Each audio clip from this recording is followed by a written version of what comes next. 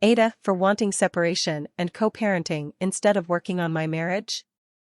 When my husband, 29M, and I, 27F, decided to have a kid, I thought we had a happy marriage and a financially stable future. My pregnancy was high risk, and with the health complications, I was going to end up using up a good chunk of my medical leave before the kid was born. So we together decided that I'd quit my job and be a som for a few years, and then go back into the workforce. After our son was born, I had PPD and severe anxiety. I had complications in recovery and no help from family. I am LC from my family, and my MIL had passed away, and FIL had no interest in helping. My husband expected me to be a full housewife as soon as we got home with the baby, and stopped helping with anything home or baby related because it was my job now. I was lucky to get involved with a mom's group that helped me a lot, because otherwise I was very lonely and stressed.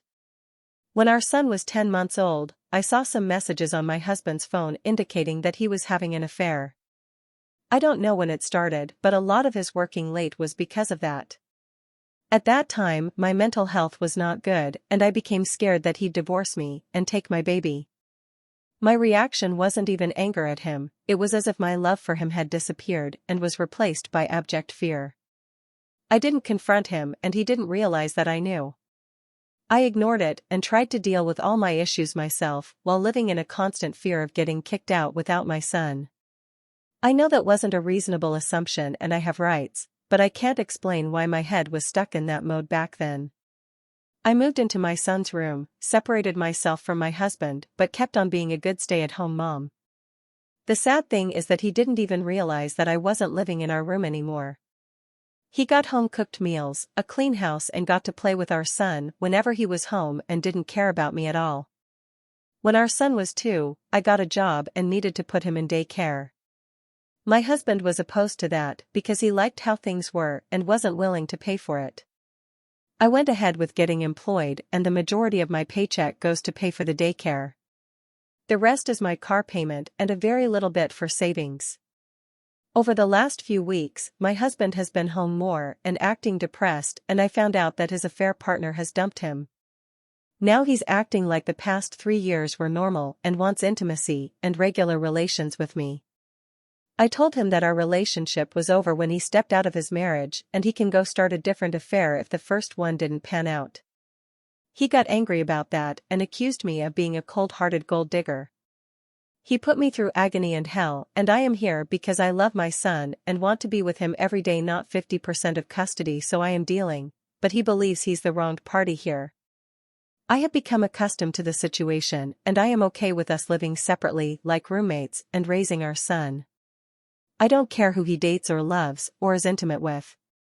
If things change down the line when my son is going to school and is less dependent on me, or if I fall in love with someone, then yeah, I'd file for divorce. If he wants a divorce, that's okay too. I have consulted with a divorce lawyer already, and I know I'll get half of the equity in our house, half of his 401k, and either child support or shared expenses into our son's needs. Living in this house with our son is more convenient for me right now. He is arguing that because I didn't say anything when I found out about the affair, I have no right to bring it up now that it is over. My parents agree with him and say that since I chose to ignore the affair, it has no bearing on our relationship now. My husband wants to go into marriage counseling, but I don't see a point to that. The only 2 options acceptable to me are the status quo, as is now, or divorce. Does that make me a jerk? Quick update, we have been having non-stop arguments. I tried disengaging and gray rocking, but that didn't help. He swings between love bombing and being around all the time, to yelling and raging at me. I agreed to couples counseling with the goal of having a better co-parenting arrangement. He told the counselor he still wants the marriage to work out. We had some proper organized discussions, so that was useful. We were both asked to lay out our resentments. Mine was the years-long affair, obviously. I don't think anything beyond that needs to be said. But of course, there's the neglect, the lack of help, the absence from home, and that I have to pay for our son's daycare without any contribution from him. His list of resentments were a doozy. He says that I ruined his experience of becoming a father because I was difficult and neurotic. My painful pregnancy and medical complications were unnecessary drama to him. When we agreed that I'd be a psalm till our son started school, he was envisioning a picture-perfect home with a beautiful wife and child who cater to him. He's upset the reality was nothing like that and is convinced that I tricked him. He's a selfish idiot, but he was also encouraged and enabled by people around him who talked this up, including my parents. I've always known that my parents didn't love me much, but I have come to realize that they resent me and look down on me. The first year of our son's life, he was a bit sickly, preemie and had acid reflux, so was clingy to me. He resents me for that too. Now that son's a healthy toddler that can run around and throw ball, he's more interested in engaging with him. The whole thing was a pretty painful exercise for me. I restarted my own individual therapy. I had made myself numb to his actions. I grew up that way, thanks to my neglectful parents, and was ignoring issues to focus on my son, but my husband did a good job of opening up all the scabs. I learned a lot more than I wanted to about his affair partner too. Now that I am physically recovered, lost a lot of weight, ironically from stress, and look well put together, I am good enough to be his partner again.